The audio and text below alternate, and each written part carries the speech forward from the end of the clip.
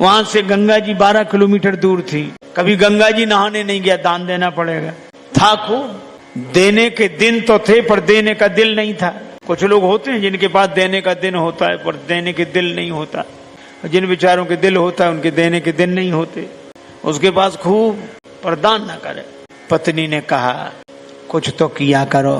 क्या करना, सब ठीक है, बढ़िया है। तो दान, अरे दुनिया कर रही दान, क्या अपने लिए बैठे हैं। एक दिन पत्नी ने कहा कि तुमने कुछ नहीं किया, गंगा जी नहाया हो।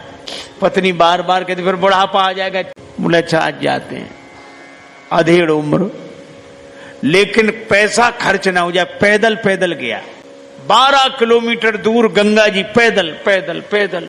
और जब गंगा जी किनारे पहुंचा तो उसको लगा कि घाट पे जाएंगे तो पंडा दान मांगेंगे, इसलिए मुर्दा घाट पे गया। कोई मिले ही नहीं। मुर्दा घाट बिल्कुल खाली। इधर उधर देखा, कहीं कोई नहीं, अकेले ही। सो कपड़े उतारे कि जल्दी से डुबकी लगाएं। एक गमछा लपेट कर गया, गंगा जी में डुबकी लगाई। और भगवान को लगी हंसी कि ऐसा विचित्र भक्त नहीं देखा, जिंदगी में कभी दान नहीं किया। और आज आया तो मुर्दा घाट पे। सो भगवान को कौतुक सूझा। सो भगवान ने एक ही काम किया, जैसे ही डुबकी लगा के दानचंद बाहर निकले, भगवान पंडा के रूप में वहीं प्रकट, यजमान की जय हो। और दानचंद ने जो देखा कांप गया। तो बोले हद हो गई, यहां भी आ गए, यहां भी। भगवान ने कहा कि हम संतोषी ब्राह्मण हैं, इसलिए एकांत में यहीं पड़े रहते हैं। हम वहां नहीं जाते जहां और पढ़ने रहते, फिर यहीं।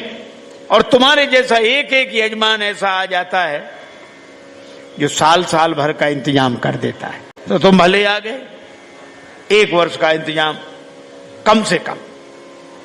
कांप गया, बोले हम नहीं कर सकते, हम नहीं कर सकते, नहीं करेंगे।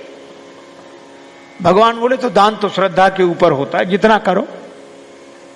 6 महीने नहीं, नहीं महीने भर नहीं, हम 1 दिन का भी नहीं कर सकते। महात्मा के रूप में भगवान बोले, पंडा के रूप में कहने लगे अब करना तो पड़ेगा, नहीं हम निकलने नहीं देंगे जल से बाहर, चाहे जितना करो करना है। सो बोला उधार करेंगे। भगवान बोले मंजूर। 1 धेला उधार किया, 1 धेला। भगवान ने संकल्प ले लिया। बड़ा खुश हुआ कि पंडा को अब कह के 1 धेला पे कौन आता है। बेचारा पैदल 12 किलोमीटर गया, फिर लौट कर आया, थक गया था, शाम हो गई थी, अब सोया। अभी सोया ही था तब तक पंडा के रूप में भगवान दरवाजे पे हाजिर। यजमान की जय हो। पत्नी गई, पंडा को देखकर लौटी, कौन है? पत्नी बोली किसी पंडा को कुछ देने के लिए कह आए थे। हाँ तो बोले आ गया, वो तो वहीं है, बाहर है। दानचंद बोले आ गया? हाँ, अरे देव धेला काहे को। बोला बोला मुश्किल, एक काम करो। क्या? पत्नी से बोला जाके कह दो कि वो बीमार हैं, 2-4 दिन बाद आना। सो पत्नी रुआसी सी होकर बोली कि वो बीमार है, तबीयत खराब है उनकी, आज गए दिन भर थक गए, बीमार है, अब आप बाद में आना। भगवान बोले दान मिले न मिले पर वो हमारे यजमान हैं। यजमान बीमार और पंडा चला जाए, और जब तक स्वस्थ नहीं हो जाते हम यहीं रहेंगे, तो हमारा इंतजाम कर दो। यही टिक्कर बनाएंगे, प्रसाद बनाएंगे, पाएंगे, खाने पीने का इंतजाम, सामान। पत्नी गई लौट के। दानचंद बोले क्या हुआ? बोले वो नहीं जा रहे। वे कहते यजमान बीमार है, तब तक यहीं रहेंगे, खाने पीने का इंतजाम करो। दानचंद से बोली दे दे धेला। दानचंद बोले बहुत मुश्किल है। अच्छा एक काम करो, क्या उसको पुराना अभ्यास था योग का, तो सांस रोक के रह गया।